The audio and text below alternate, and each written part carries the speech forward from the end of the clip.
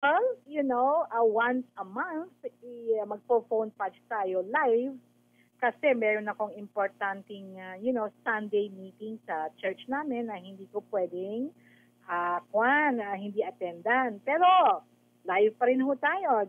This is Malu Cervantes, ang inyong life coach ng bayan. At dito ho sa ating top rating show on its time slot, mag-usap tayo, Miss Malu, which is the very first professional life coaching on-air program for the masses. At salamat ho sa growing listenership natin dahil sa inyo, napapanatili namin ang mataas na rating ng programa. Ayan ho. Now, live ho tayo, so which means pwede nyo i-text sa akin. Text lang ho, text lang. Text nyo lang ang inyong mga tanong at kung talagang may oras, babasahin ko yan on air. Although meron tayong nakahanda na pinag-isipan before. Kasi hindi naman ho pwedeng, bara-bara lang sumagot si Miss Malu. Especially kung inyong mga tinatanong, may matitindi ang mga issues. Kailangan naman hong paghandaan ni Miss Malu. Pero kung madalian lang, kaya.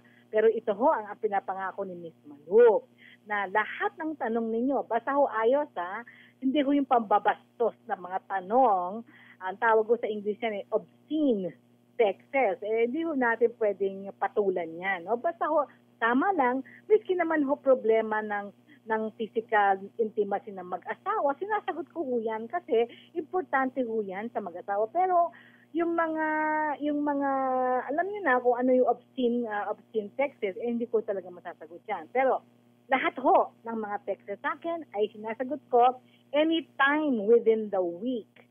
Within the week ho, bago mag-Sunday ulit. Kaya wag ho kayo magtataka na sinasagot ko yung tanong ninyo, Merkulis na, tinext niyo sa akin Linggo. Kasi naman ho, hindi naman ho pwedeng sabay-sabayang within the week. Okay? Now, you can also see me live. Pero today, hindi pwede dahil naka-phone touch ako. Pero pwede nyo din akong mapakinggan. Live streaming ho tayo sa YouTube. At pasok lang ho kayo sa DZRHNewsTelevision.tv or pwede naman ho sa Facebook. Live streaming din. Ang pasok nyo naman ho facebook.com/DZRHNewsTelevision. Now, sa internet naman, ang paboritong medium ng aking mga kamag-anakan sa abroad, pwede rin. Live streaming, no? www.dzrhnews.com.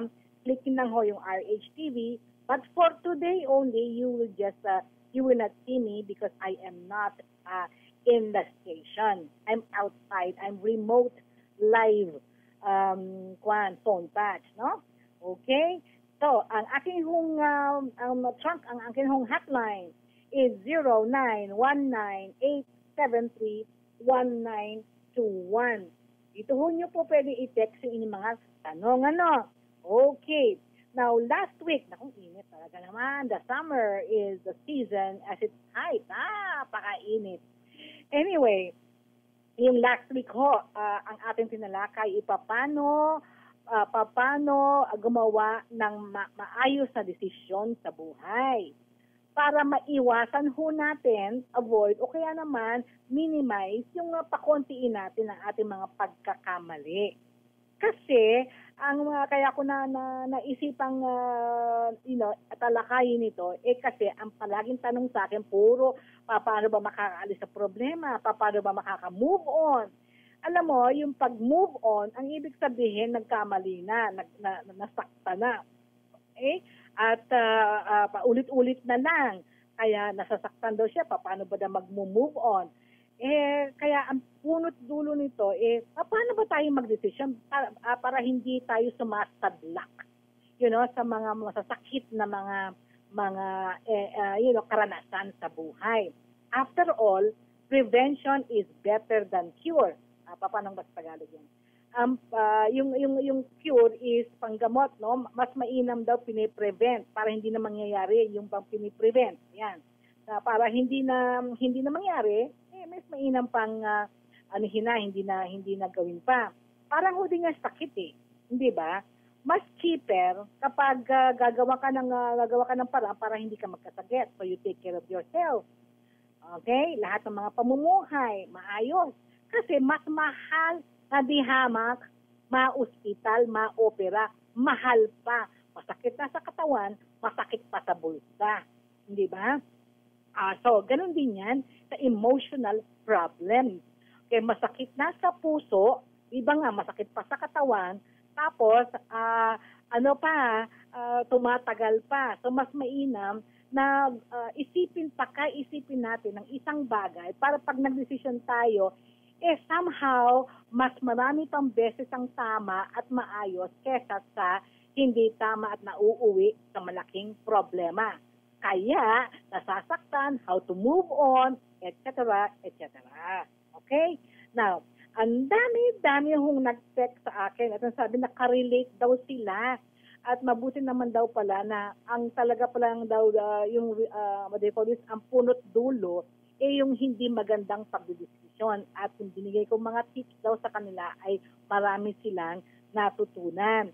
So, I'm happy. Masaya ako dahil hindi naman sa ayaw kong tumanggap na puro problema, pero di ba kayo naman din nasasaktan hindi ba? So kung medyo maiwasan, prevention is iwas.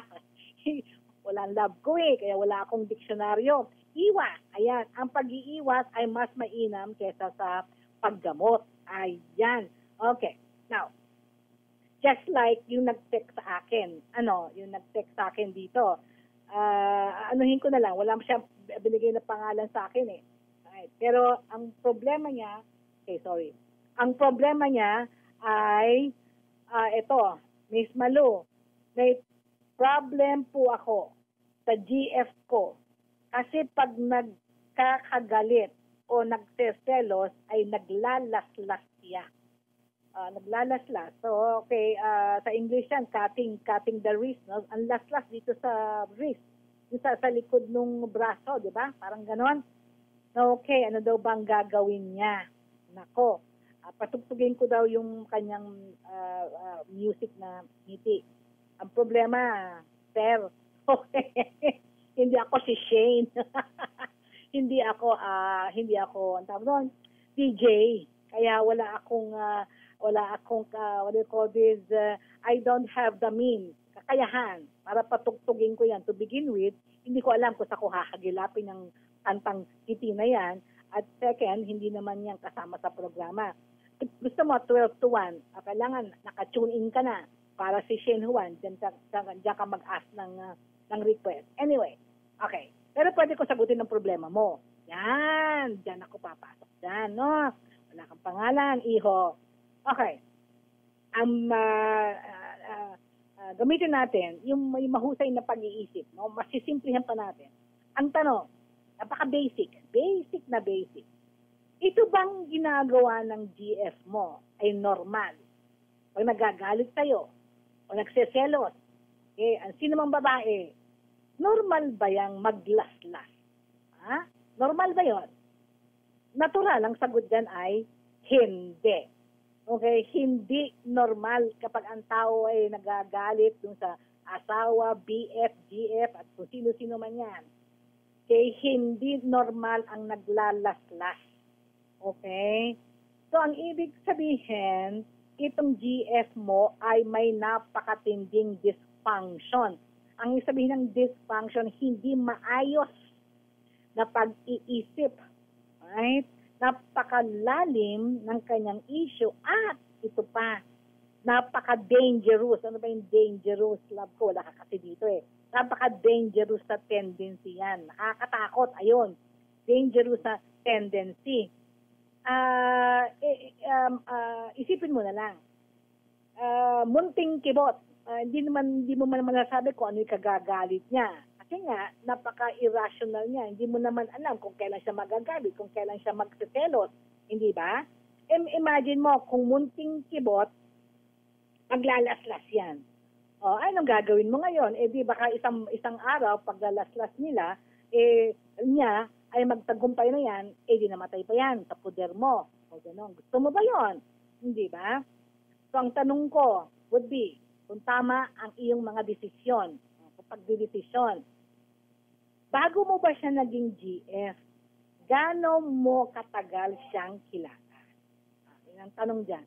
Okay? Alam mo ba ang kanyang karakter? Kasi yung mga ganyang matitindi, ang hindi maayos na pag-iisip, ay may mga warning signs. Ano ba yung mga palatandaan? Ayun, warning signs. Palatandaan. Okay. Ano yung mga palatandaan dyan? Maraming palatandaan yan. Kung nakita mo na sana, sana naiwasan mo na. The key word is, you should have avoided. Naiwasan mo na sana, hindi mo na sana siya niligawan, at hindi mo na sana siya pinagpatuloy, at hindi mo na sana siya naging GF. Okay. Ano ba yung mga maraming palatandaan na medyo lihi ang pag-iisip ng isang babae when it comes to loving someone? Okay. Yung bang nililigawan mo siya, meron kang nakikitang mga tendency na pagka-unreasonable niya. Yung bang maliit na bagay, nagugulat ka na lang, nagagalit sa'yo. Pagkatapos, yung galit niya na hindi normal. Ang ibig sabihin nun ay magsasabi sa'yo o kaya magmumukmok o kaya nagbabalibag ng mga gamit or sinasabi sa'yo, kamatay ako, yung gano'n, no? We are not, marami akong tatalakayin ngayon. Kaya kung talagang gusto mong malaman ang mga warning signs, ang mga palatandaan, na yung mga nililigawan ninyo ay hindi gusto at maayos ang pag-iisip, text mo ako ulit. Okay? Kasi kung importante yan sa'yo, text mo ako. Kasi kung wala man text, ang ibig sabihin, okay, hindi ka masyadong interesado. Okay? Sige. So, yun ang una-una, dapat nalaman mo. Okay? Dapat pinag-isipan mo, tutuluyan mo ba yung babae niya na ligawan o ngayon GF na. Okay, now, kapag ikaw naman pinagpatuloy mo, sige, ito na naman. Kasi ang mga bagay, pinag-iisipan, hindi ngayon lang. Love ko lang siya ngayon eh. Okay, alam mo ba naglalaslas siya? Oo, love ko pa rin siya. Aba, iho, ang iisipin mo sa susunod is what could happen. Ano ang pwedeng mangyari kapag nagpatuloy ka ng relasyon sa kanya at lalong-lalo na kapag pinakasalan mo yan. Alright. So, ito ang tatlong pwedeng mangyari, no? Lalo siyang magiging unreasonable partner. Okay? Ngayon pa lang ganun siya, palatandaan yan na siya ay isang unreasonable, hindi reasonable partner. Hindi niya ma-distinguish, hindi niya makita ang kaibahan kung ano yung normal o mga maliliit na bagay na pwede nang palampasin. Hindi niya makita ang kaibahan, no? Na sa kanya maliit na bagay, galit. Pag nagalit, laslas. Ganun yan. Diba? Kasi nga, hindi tama eh. So, she will become an unreasonable partner, in short. Okay, English ko na yan. Number 2, ang mangyayari nga ay gagamitin niya yung paglalaslas na yan as an emotional blackmail sa'yo. Anong ibig sabihin? Kapag may gusto siya at hindi niya nakuha, sasabihin niya sa'yo, maglalaslas ako, mapakamatay ako. Okay. Pag mali siya, tapos nagalit ka kasi may katwiran ka namang magalit, sasabihin niya, basta, magpapakamatay ako. Ganon. Kasi nga, wala nga siyang rason eh. Palaging pwede niyang gamitin yan as emotional blackmail. Ano magiging buhay mo? Iho. Miserable ka. Katawag ka ulit, Miss Malu, anong gagawin ko? Yung gusto ko nang hiwalayan ng GF ko, pero tinangka niya magpakamatay. Ayan, hindi ako makahiwalay kasi nagigilty ako, natatakot ako, ganyan, nangaabutin mo. Pangatlo, kung sakali mang pinagpatuloy mo yung pagtigas ng ulo mo at kayo'y nagpakasal at kayo ay nagkaroon ng anak, mantakin mo kung ano ang klaseng, magiging anong klaseng ina siya. Okay? At lalo ka magkakaproblema kasi maapektuhan ang mga bata. Okay? So ito yung sinasabi ko. Ito yung sinasabi ko na hindi lang ngayon ang dapat yung isipin, kung hindi, ano yung pwedeng mangyari. Kapag nakikita mo na lahat ng sinyales na hindi normal ang pag-iisip at hindi maayos ang pag-iisip ng taong supposed to be mahal mo, GF mo, BF mo, asawa mo. Okay? So, yun ang isang ehemplo ng tawag sa akin, no? Okay. Now, kamukha nito. Mukhang napili ko, ngayon ko lang na-realize, ang napili ko pala ngayon, puro mga texts ng mga lalaki. You know, which is really something interesting. Kasi nag-umpisa yung programa, 90% puro babae ang nag-text sa akin. Puro ang problema nila yung asawa nila. At mas malaki ang percentage, no, ng mga asawa at mga stay-at-home mom. Yung may asawa, mga nanay sa bahay.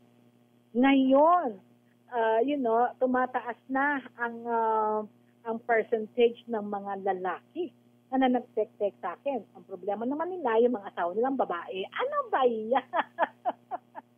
Okay. Anyway, at least sa akin, natutuwa ako na, hindi ko natutuwa na may problema. Natutuwa ako dahil ang mga lalaki ngayon, open na sila.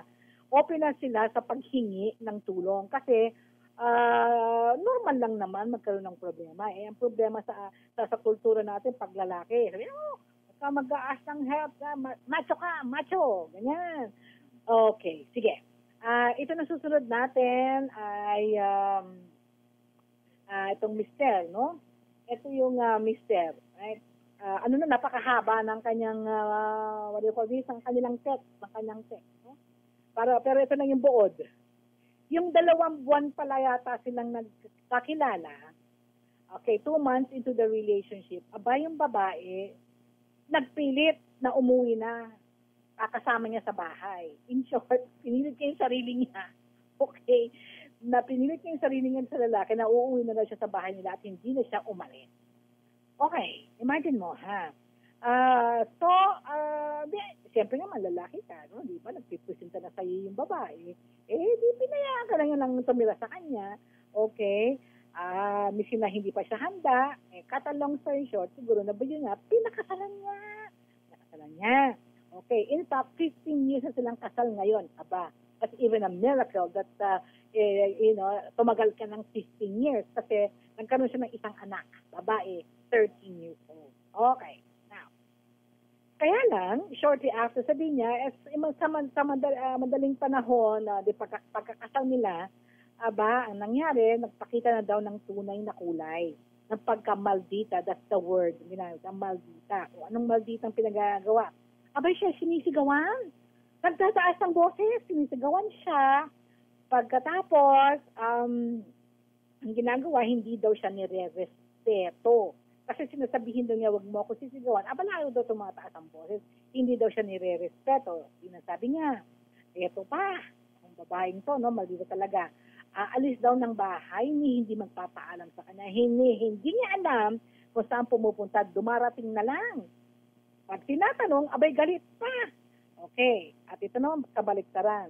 Siya, sa babaeng tao, lalabas ng bahay at nakikipag-inuman. Yung babae, yung wife, ang nakikipag-inuman sa mga lalaki sa kanilang neighborhood.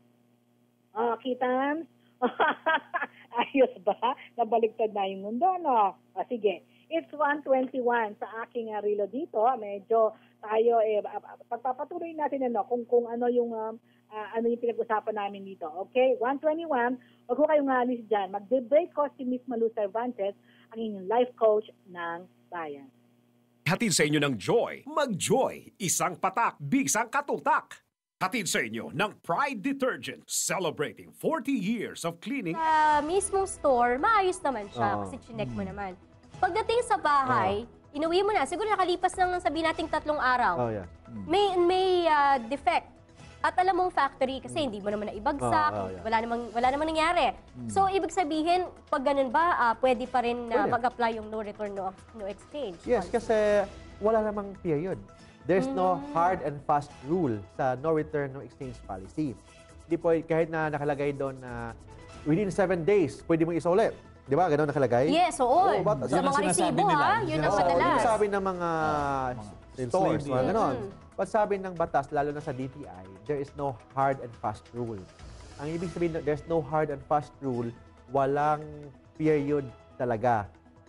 Kailangan mo lang isole within a reasonable time. Kakampi mo ang batas kung may alam ka sa batas. Legal Minds sa DZRH News Television. Lunes hanggang Biyernes, alas 10:30 ng umaga. Balitang bubuko sa mga itinatago ng mga politiko at mga kilalang tao. Espesyal na balita ni Lakay Deo Makalma sa pangunahing balita alas 7:25 ng umaga.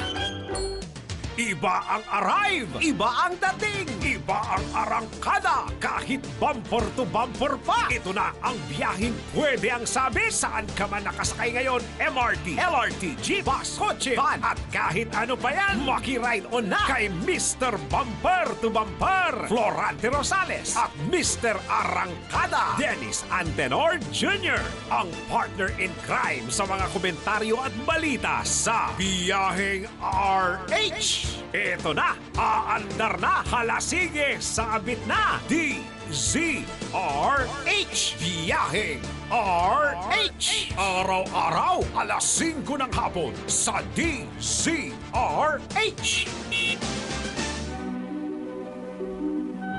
For the first time in Philippine Ballet, the most captivating and unforgettable live performances of the country's most beloved prima ballerina, Lisa Makuha, are now available on premium quality DVDs. The Lisa Makuha Swan Song Series, a limited edition collector series of her final full-length performances of the world's most beloved classics, beginning with Swan Lake and Romeo and Juliet, timeless keepsakes that will bring the magic of ballet into your homes and into your hearts forever, featuring Ballet Manila and the one and only ballerina of the people, Lisa Makuha. The Lisa Makuha Swan Song Series, now available on high-grade DVDs. For sales and inquiries, please contact Ballet Manila at 400-0292 or 525-5967 or email them at info@balletmanila.ph.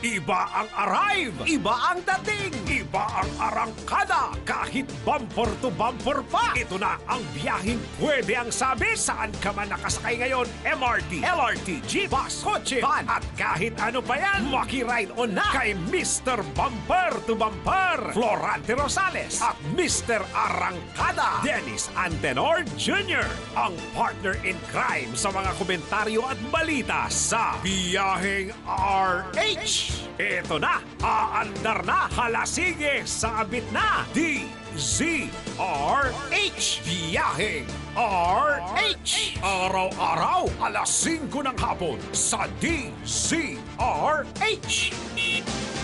If you want to keep up with Ballet Manila's schedule of activities or know more about your favorite dancers on and off stage, check out the Ballet Manila website at www.balletmanila.com.ph. Ang inyong life coach ng bayan. Ito po ang mag-usap tayo, Ms. Nalu, the very first life coaching on-air program for the masses. Ayan ho, puro mga emotional problems or life problems ang mga dinudulog sa akin. O, pagpatuloy natin to si Mr. O, hindi ko walang pangalan. Ay, may pangalan natin to pero hindi ko sasabihin kung ano yung pangalan kasi pakasensitibo ng kanyang kaso. Okay, so yun na nga, no? So, doon ako nag-stop dun sa ginagawa ng misis niya. Alam niyo ba ang kanyang solusyon? Solusyon niya is tumahimik na lang siya. Ang ibig sabihin, pag kinakausap niya yung misis niya at tumataas ang boses, tumatahimik na lang siya kasi ito yung sabi niya, ayaw niyang machismis sila ng kapitbahay. Ayaw daw niya niyang pag-usapan ng kapitbahay kaya tumatahimik na lang siya. Para as if no problem. So, to the point, remember, 15 years ito, remember na sa katagalan nito na wala ng pagmamahal niya sa asawa niya. Wala ng pagmamahal niya. Pero sabi niya, they sleep together in one bed. Pero wala daw contact. Okay? Sila gano'n na, para sila parang nagtabi lang sila. Gano'n, wala namang contact. Okay, fast forward tayo. Ano nangyari? Ayun, walang contact. Di ba si White sanay na binubuli niya yung asawa niya? O di nagkaroon ng affair. Ang word na ginamit niya, nagkaroon ng kalaguyo. Okay? Umuwi isang araw, sinabi, siya ay buntis. Okay? So, habang nagko-confess, ano ba yung confess? Habang sinasabi ng asawa na siya, eto sabi niya, huwag kang maingay kasi baka tayo machismis. Tangkat-tangkat. Baka naman nakakita. Hindi ka ba na-shock? Ayaw mong i-discussin ang nangyayari kasi nakatakutan mo na machismis ka. Ano ba mas importante sa kanya? Machismis o maayos? Okay, sinabi niya, umuwi na lang daw siya sa probinsya, bibigyan na daw siya ng pamasahe at ang kalaguyo. Aba, okay, umiyak daw yung babae at ayaw daw. Malamang daw kasi walang trabaho sa kalaguyo. Okay, kasi siya may trabahong maayos. Okay, napapag-aral niya yung anak niya. Alright. So, ayaw daw, umiyak daw. Okay, yung pinaalis niya. Kaya ngayon, ito ang dinudulog sa akin.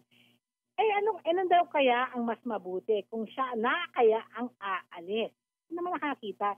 Siya daw ang aalis, kaya lang worried siya yung sa 13-year-old anak niyang babae. Kasi baka daw walang mag-alaga.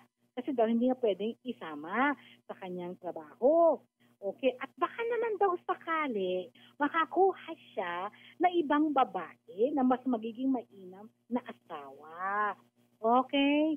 So, ang kanyang approach ay, maski anong problema, huwag niyong pag-usapan, tumahimik ka na lang, at ang tawag doon ay, huwag mo na lang pansinin hanggang mawala na lang ang pagmamahal mo. At yun ang ginawa niyang approach.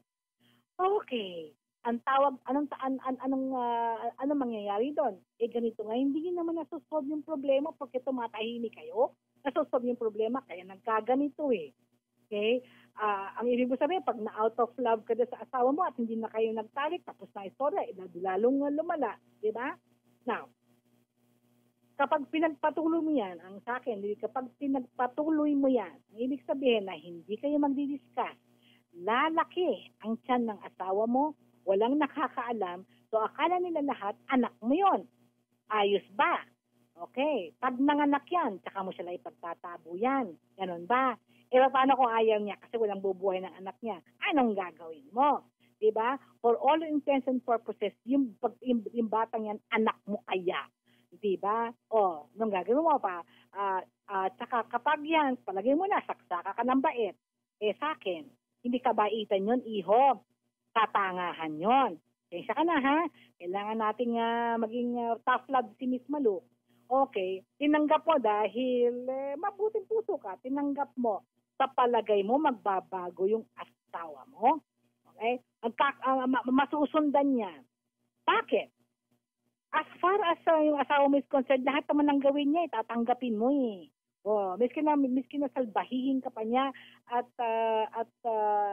iputan pa yung ulo mo, okay lang sa'yo, di ba? So, hindi solution na sinasabi ko eh. You know? Pangalawa, miski na sabihin mo, for the sake of argument, na ikaw na umalis. Sige. Meron ka pa din responsibilidad na sustentuhan yung anak mo, di ba?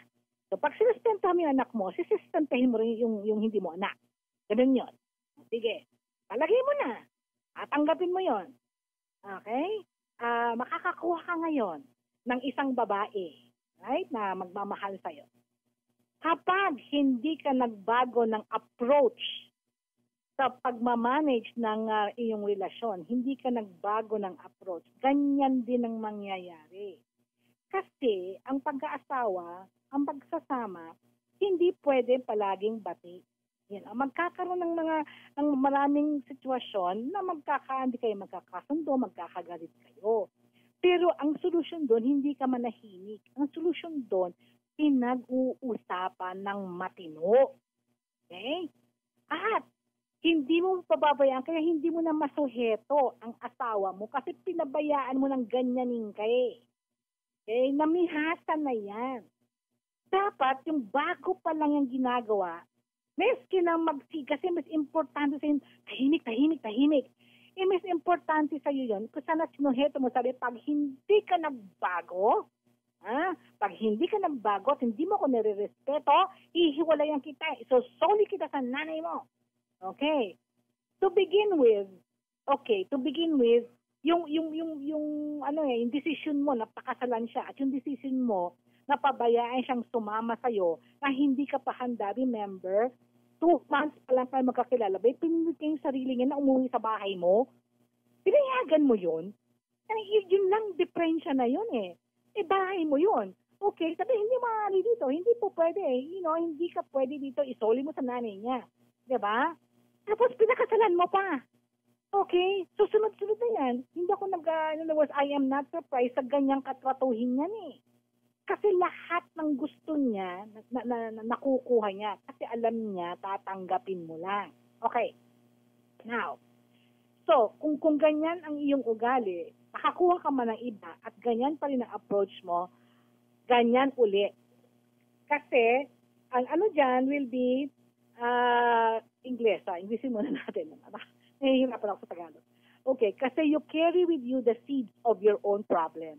Sabihin, nasa sayo na ang seed ng nagiging problema mo sa buhay mo. Okay, ano yung punla na nagiging ugat ng problema mo? Yung hindi ka marunong humarap sa problema at pag-usapan at ayusin. Ikaw palaging tumatakbo. Ang tawag dyan, withdrawing. Tinatakbuhan mo ang problema mo. Tumatahimik ka. Kaya, maski na makakita ka pa ng iba, kapag hindi ka nagbago, ganyan ulit ang mangyayari. Kasi kung si love ko ang tatanungin mo, ang ibig sabihin, lahat ng babae, tinetest ang kanilang mga asawa kung kaya nila. Kung kaya nila yan, patay na. Okay? Gusto ng mga wives, ng mga asawa, yung mga lalaki na may paninindigan. Yung talagang sila ang magiging leader ng pamilya. Sila ang padre de pamilya. Yung gumagampanan ng papel na padre de pamilya, hindi sunod-sunuran lang. Diba? So, miski na silang nasusunod, di sila masaya doon kasi nawawala ang respeto nila doon sa kanilang asawa. Kaya nangyayari sa'yo, sabi mo, hindi ka na nire-respeto, nawala na nga respeto. Ganun yun. Okay? So, ang sinasabi ko would be, yung ugat niyan, nag-ugat doon, yung 2 months pa lang, pinilit kayong sarili niya na tumama sa bahay mo, hindi ka pa handa. Okay? Yun ba naman trabaho ng isang matinong babae? Diba? Hindi. Okay? Pangalawa, nakikipag-inuman sa mga lalaki, abay talo ka pa, ikaw hindi ka nagtatrabaho siya nakikipag-inuman. Trabaho ba naman ng matinong asawa yan? Okay. Pangatlo, umaalis, hindi nagpapaalam sa'yo, pagkatapos hindi mo alam kung saan pumupunta. Diba? Tapos pag tinatanong mo, siya pa may gaganang sumigaw sa'yo. O, kita mo na yung mga sinyalis na yan. Okay? Kaya mahihirapan tayo niyan, iho. Okay. So, ang sa akin would be, harapin mo yan. Okay? Desisyonan mo. Umuwi siya, buntis, sa ibang lalaki, anong gagawin mo? Kung gusto mo siyang patawarin, abay decision mo yon. Pero kailangan malaman niya na mali ang kanyang ginawa. At tinatawad mo lang siya. Pangalawa, kailangan tumino siya. Hindi niya pwedeng gawin yung dating ang ginagawa. Right? Ayun. Kung ayaw niyang sumunod sa'yo, siya ang dapat umalis. Ayaw niyang umalis, sabi mo sa nanay niya, siya ay sunduin. Okay? Maghihiyaw man siya doon, sabihin mo sa lahat ng tao, kaya ang rason kung bakit mo siyang pinapaalis. Sabihin mo, hay, nakakahiya pag chichismisan kami. Alright. Mamili ka. Kung ayaw mo machismis, tumahimik ka, tiisin mo na lang yan. Habang buhay. Ganyan. Alright. So, yun ang sinasabi ko, di ba? Yung mga desisyon na ganyan, kung saan nag-uumpisa yan. Alright. Now, pareho din itong pangatlo nating texter. Hindi naman pareho, pero lalaki din siya at ang problema niya ay ang kanyang papa. Hindi ko sasabihin pangalawang asawa, ha? Kasi sa akin, pag sinabing asawa, kasal. Okay? Pag hindi kayo kasal, kinakasama ang tawag dyan. Okay? Now, it's 1:38 sa aking watch dito. Pag inumpisahan ko to, malamang makalimot na naman ako ng oras. So, tayo magbe-break muna, ha? Pero wag kayong aalis dyan at baka interesado to. Ito yung lalaki na inagaw siya ng ibang babae na naging kirido niya. Ngayon, miserable siya dun sa babae. Yan. Kaya wag kayong aalis dyan, ha? Babalik ko si Ms. Manda Cervantes, ang inyong life coach ng bayan.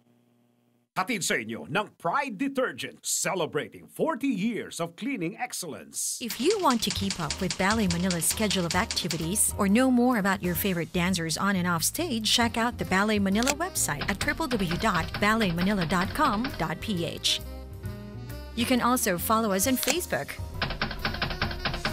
and on Twitter at Ballet Manila for up-to-date news on shows and events. For the latest on prima ballerina Lisa Makuha Elizalde, check out her website at www.lisamakuha.com. Visit her official Facebook page or follow her on Twitter at Lisa Makuha.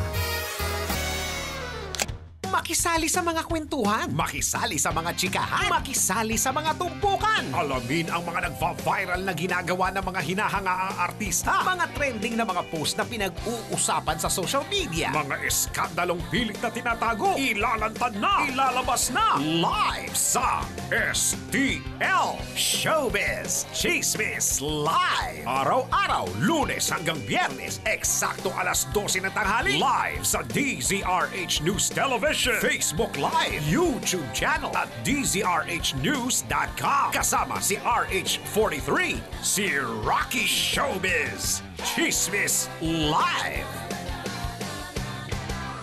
Hiya, hiya, sa Star City, tara na ang hiya, hiya, tara na, tara na, tara na. Ikaw ako, sila kayo, ride all you can, sapat sa'yo, ititawa, sagot ko na, sa Star City, tara na, tara na, tara na, tara na, tara na, tara na, tara na, tara na, tara na, tara na, tara na, sa Star City, tara na.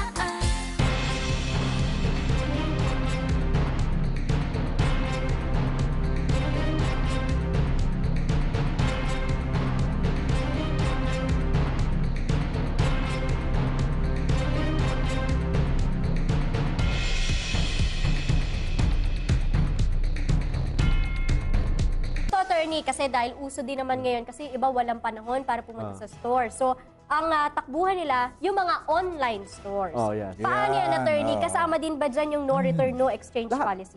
Wala namang nakalagay sa batas na hindi mag-a-apply yun sa online. Lahat ng bentahan, kasama. Aha. Oh, yung online business na yan, kasama yun. Problema sa online business, paano mo i-prove na doon mo binili? So that's why kailangan, if you want to buy properties or any products sa online, kailangan doon ka sa Nagbabalik po si Ms. Malu Cervantes, ang inyong life coach ng bayan. Yeah, last leg na ho tayo is 1:42 in my watch, no? At itong last leg na ho, yung last quarter ho, kung tawagin namin, turns out to be a very, very important segment ng programa. Bakit kamo? Kasi halos more than 50% of our new, yung mga bago nating listeners ay galing dito. Bakit? Kasi pala, ang mga around 1:30, mga ganyan, or mga quarter to 2, nagtitihit-tihit na daw sila ng dial at nagtitingin, baka may iba silang mapapakinggan, ano? At natsyempohan, that's the word that they use, natsyempohan nila ang programa. At isang kinig lang daw nila, sabi niya, aba, maganda yun ah. Marami daw silang natutunan yung last 15 minutes kasi normally, yun ang last case na tinatalakay ko. And henceforth, every Sunday, inaantay-antay na kasi may programa daw palang ganun. So, kung kayo, yun. At ngayon kayo naka-tiyempo sa DZRH, ito ho yung programa natin na mag-usap tayo, Miss Malu, the first professional live coaching on air program for the masses. Ang ibig kong sabihin, life coach ho ako, certified life coach, na tinatalakay ko ang mga common issues ng buhay na tinetext sa akin. Ayan ho. Ako po si Miss Malu Cervantes. Binigyan nila ako akong pangalan na mag-usap tayo, binigyan akong pangalan na life coach ng bayan kasi daw, halos daw yata, tinatanong nga nila ako nakakatulog po ba kayo mismo sa dami ata ng problema ng bayan na dinudulog sa iyo? Kaya ganon, no? Okay. So, sabi, let me just read a couple before we go to this man na napakamiserable ng buhay ngayon. Nakagagawan din niya. Okay, because we're talking about how to make better decisions para hindi na kayo umabot sa ganito, no? Sabi nga, muchas gracias, Ma'am Malu. That's the reason why I admire you. It's because you have saved the soul. At the same time, by giving advice, we've learned so much from you. Thanks and God bless. Okay, God bless you. Si Angie Gonzalez. Okay, salamat Angie, ha? Sabi niya, mayroon pangalan dito. Can I ask favor? Okay, please extend my congratulations to my cousin, Joshua Facto Naldoza of ISAT. Tama ba to, Angie? ISAT University in Miagao, Iloilo. Ayan. Tapos, Ma'am Malu, ang tawag diyan, sabihin yung aking tinatalakay kanina na lalaki, ang tawag diyan kapangahan. He. Okay. O yan, ang sabi, Irene. Okay, Irene, nakikinig ka, so thank you so much. Alright. Baka ito next week na, ha? Ano ba pangalan? Wala kang pangalan. Pero babasahin ko, pero next week na to kasi, meron pala.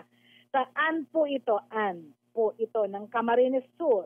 May problema po ako dahil ang pamilya ng kinakasama ko, o at least honest, ang kinakasama ko, gustong pagbalikin ang asawa dati. Hindi mismo yung kinakasama mo, yung pamilya ng kinakasama mo, ang gustong ipabalik sila. Okay, hindi ako sumasagot ng phone call, ha? Text lang ho. Okay, ano po ba dapat kong gawin? Kung aalis na lang ako, o ipaglalabang ko po. 10 taon na silang magkahiwalay ng asawa. Tapos nag-asawa yung asawa, magkaanak sa iba. Pagkatapos bigla na lang gustong makipagbalikan ngayon. Masyado na pong magulo. Talagang magulo yan, iha. Diba? Bago ko sagutin yan, hindi ko sasagutin this week, ha? Next week yan. Bakit? Kailangan pa kitang tanungin ang mga iba-ibang bagay, ha? Dahil mahihirapan ako sagutin yan dahil wala kang detalye. Alright, sige. Ito yung ating tumawag nag-text itong Miss Senator. Walang pangalan. Okay. Okay, again, it's a summary para mabilis. Okay, kasi baka tayo mawala ng oras. Okay, mawala tayo ng oras is 1:46. Okay. Siya ay may asawa. Okay? Kaya lang, nagkaroon siya ng affair. Sabihin, nangaliwa siya. Nagkaroon siya ng affair sa kanyang office mate. Nagkaroon siya ng relasyon sa office mate niya. Okay. Ngayon, magkasama sila sa opisina, sila nagpupunta sa mga conferences, mga out of town. Nagko-conference. Siguro mga nagse-seminar dyan, hindi kaya na nakilala ko kayo in one of my thousands and hundreds of thousands of seminars. Anyway, sila ay pupunta sa mga conference together. Pagkatapos, habang sila ay magkasama sa mga conference, silang dalawa ang nag-iisip ng mga alibis na nalusot sa asawa. Ayun, pag medyo nagdiduda sa si asawa, ay tutulungan sila mag-isip ng magandang alibi para hindi mabiso ni Mrs. Ngayon, hindi nga nabiso ni Mrs. Ang problema, itong babaeng ito, baka ito isang maldita rin, kung bakit ba? Kasi, hindi na siya makatiis na siya ay kirida. So, for some reason, na-force niya, napilit niya yung lalaki na iwanan yung misis at anak at siya na ang kakasamahin. You know what? Aba, magaling na lalaki o mahinang lalaki. Abay, pumayag. Iniwanan ng kanyang asawa at nakipag-live-in kay babae. Okay. Now, masaya na dapat sila, di ba? Hindi. Ngayon, kaya tumatawag itong lalaking ito kasi ngayon itong babaeng ito ay super suspiciosa at super selosa. Ang ibig sabihin, kapag kailangan mag-conference sa lalaki na hindi pwedeng siya sumama, napakaparada mo, mas matindi pa sa investigador. Lahat na lang ng ginagawa niya, lahat na lang ng mga movement niya, lahat na lang ng ginagawa niya, kinukustyon para siya nasasakal na daw. At siya na mismo nagsabi, siguro Miss Malu kaya ganito siya, kasi yan ang gawain namin dalawa nung nagtataksil ako sa asawa ko. Kaya ngayon, naiisip niya, baka ginagawa ko sa kanya. Hindi naman. Okay? Kaya sabi niya it is just like a living hell with her. Alam mo, Tagalogin ng living hell. Sabihin, para daw siya nakatira sa impyerno. Yan ang buhay niya, impyerno. Okay. Okay, ano daw ba ang gagawin niya? Hay, naku, ano yung gagawin mo? O sige. Definitely sasagutin kita, no? Miski na gusto kong sabihin sa'yo, sino ba ang gumawa ng problema? Ha? Ito, makikita natin na klarong-klaro na siya ang gumawa ng problema niya. Siya ang kumuha ng bato na pinukpok sa ulo niya. Wala naman kasi siyang sinasabi sa akin, nag-umpisa lang siya, kasal siya. Wala naman siyang sinasabi na miserable siya sa asawa niya. Wala naman siyang sinasabi sa katulad ng kanina. Man number 2, na maldita yung asawa niya dahil nagkaroon ng kalaguyo. Wala siyang sinasabi. So, ina-assume ko, maayos ang pagsasama. Kaya lang, siya'y natukso. Diba? O yan. One bad decision leading to another problem, to another problem, to another problem. Okay? Alright. So, una, anong gagawin natin dito? Sige, nandiyan na yung problema, so ano yung solution dito? Okay. Now, tama ka. Una, first point. Tama ka na kaya ganyan yung asawa mo kasi takot siya sa sarili niyang ginawa. No? Sabi nga nila, ang magnanakaw, takot sa kapwa magnanakaw. Bigla ako naisip, may nabasa ako na parang sa Hollywood, it's a news in Hollywood, no? 'Di ba? 'Di ba si Angelina Jolie divorce na si Brad Pitt, no?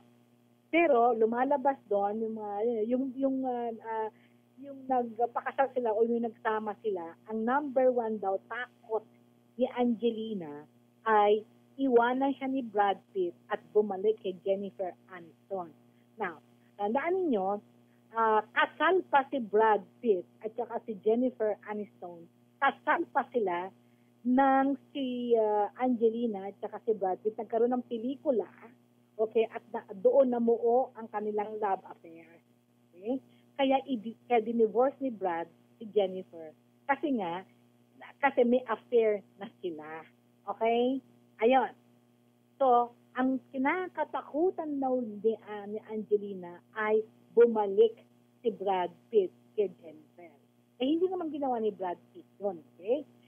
So, ang nangyari pala would be naging miserable si Brad kasi nga napaka-super selosa para nito si Angelina. So, ayaw niyang maisahan siya, kaya siya na ang naunang mag-divorce. Kaya yung divorce siya si Brad Pitt, nagulat Brad mismo na dinivorce siya. Tignan mo naman yan. Anyway, wala tuloy ang admiration ko din sa babaeng yan. Hindi pala maganda. Anyway, okay. Tama ka sa iyong in other words, sa pag-isip mo. Kaya ganun yung kirida mo ngayon, ganun kasi natatakot siya. Alright. So you have two choices. No. You have three choices. Okay. Yung first choice mo would be, kakayanin mo ba na living hell ka? Alam mo, hindi magbabago yan. Miski anong gawin mo na wala kang ginagawa, nagpapakabuti ka pa dahil takot ka sa kanya, o nagpapakabuti ka kasi ayaw muna ng gulo. I don't know. Okay? Now, kung kaya mo pa yan for the rest of your life, titiisin mo, okay? Yung talaga yan, suffer the consequences of your actions. Okay. Now, pangalawang option, kinakasama mo lang naman yan di ba? Kinakasama mo lang yan, kirida mo.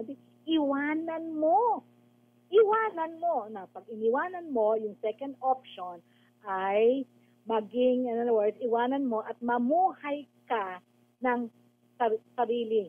Meaning, magtiis kang maging single person. Right? Para walang gulo, wala kang kirida, okay? At wala ka rin asawa. Okay? Para tumahig mo naman ang buhay mo for quite some time. You know? Maging single ka muna for a while. Hindi ka alis siya, pupunta ka na naman sa ibang problema. Parang ganun yun no? Umalis ka doon sa isa, pumunta ka sa isa, alam po mo pupunta ka sa isa. Mabuti pa, manahimik ka muna kaya. Okay? Para matahimik ang buhay mo, maging single ka. Iwanan mo yung kiridang yan. That's the second choice. Or, the third choice is this. Iwanan mo yung kirida mo, pagkatapos, mag-try kang mag-reconcile sa asawa mo. Kasi kasal pa kayo, tandaan mo. Ikaw ang umalis. Wala kang sinasabi na yung asawa mo, at wala kang sinasabi kung gano'ng katagal na ito. Okay? 5 taon ba kayo magkahiwalay? 2 taon? 10 taon? Kamukha nito mga dito. 10 taon ba yan? Ganyan-ganyan. Diba? Okay? Wala ka sinasabi. Pero, maraming mga miracles ganito sa church namin na naghiwalay sila 15 years Yung lalaki, as usual, ang nangaliwa, nagkaroon ng kirida, yung si babae, matino. Hindi nag-asawa, kung hindi, inalagaan na lang yung mga anak nila. After 15 years, na-born again si Mister. At ayun, niligawan niya ulit yung asawa niya kasi yung asawa niya na wala ng pagmamahal sa kanya, pero hindi kumuha ng iba. Naging single mother siya for the rest of her life. Now, niligawan siya, itok marami, 1 taon, 3 taon, niligawan ulit. Okay? Kasi kasal pa naman sila sa mata ng Diyos at sa mata ng tao. Finally, nakapag-reconcile sila. Ngayon, ang saya-saya nila na hindi mo akalain na ganun pala nangyari sa kanila. O, yan, sana ganyan ang mangyari. Kasi, yan ang gusto ko. Kasi wala kang sinasabi na masama ugaya ng mister mo. Ikaw ang natukso. Saan mo? So, yun ang pangatlo. Now, iwanan mo yung babae yan, makipag-reconcile ka sa wife mo. Kung ayaw niya makipag-reconcile sa'yo, okay, yan ang gagawin mo. Okay, liligawan mo siya ulit, okay, dadalawin mo yung mga anak mo, magpapakabuti ka, mag-a-ask ka kay God, okay, mag-a-ask ka kay God for help, kailangan mo ng tulong para makapag-reconcile ka lang sa kanya, okay, at yun, and pray that the Lord will restore your marriage. At sana ikaw yung leksyon na yan sa buhay mo, hindi mo ever makakalimutan. Okay? Now, I have 4 minutes, it's 1:56, no? Bago ko lang magpaalam sa, sa afternoon na to, next week ko, tayo ay live na sa studio, no? At marami yung tumatawag sa akin. Ang sabi ko naman hindi ako sumasagot ng phone calls, only texts. Okay. So, mukha daw nakalimutan kong sabihin. Sorry ha. Yung aking private hotline, 0919-873-1921. Okay, pasensya na ho kayo, no? Okay, ulitin ko, 0919-873-1921. You can still text me. Hindi ko na lang kayang basahin on air kasi we are going off in 3 minutes. Pero kung talagang matinding issue yung sinasabi niyo sa akin at kailangan ko ng pag-aaral, by Sunday, take upin ko ho yan. Kasi hindi ho pwedeng kung anong sumaksak sa isip ko, gano'n eh. Hindi gano'n ang life coaching ho. Okay, ang life coaching ho, pinag-aaralan at kailangan ko ng detalye para naman, maintindihan ko kung meron talagang kung may case or wala naman. Diba? Kasi may iba, nagte-text sa akin, sabi ko, anong problema mo? Ay, wala akong problema, mismo kala ko lang. Pala eh. So, siguro ang kailangan lang nila, yung maliwanagan kung iniisip na tama. So, pwede naman din ganun, at pwede naman din malalim ang problema. Kaya kailangan natin pag-isipan. Okay, sige ho. It's almost 2 o'clock. Ang tabayanan ho, yung susunod, ireklamo mo kay Greco. At again, hindi ho nawawala ang problema sa mundong dakilang ito. Pero life is beautiful. Yan ang sabi ni Miss Malu. Kaya maraming salamat, Rene. Okay, at nandyan ka. Kasi pag phone patch, ninervous ako pag wala akong nakikita. And Ariel, okay, maraming salamat sa pag-upload mo ng ating episode. Hinahanap na ng ating listeners yung past 2 Sundays daw. Iniintay na nilang i-upload mo para ma-download nila. Ariel, kabangay, my angel in the tech booth. Okay. Ulit na ito ho si Miss Malu Cervantes, ang inyong life coach ng bayan. Ito sa ating top rating show on Time Slot. Every Sunday ho tayo, 1 to 2 p.m. DZRH. Mag-usap tayo, Miss Malu. At hanggang sa susunod na linggo ho, maraming salamat and magandang hapon po sa inyong lahat. Hatid sa inyo ng Pride Detergent. Celebrate!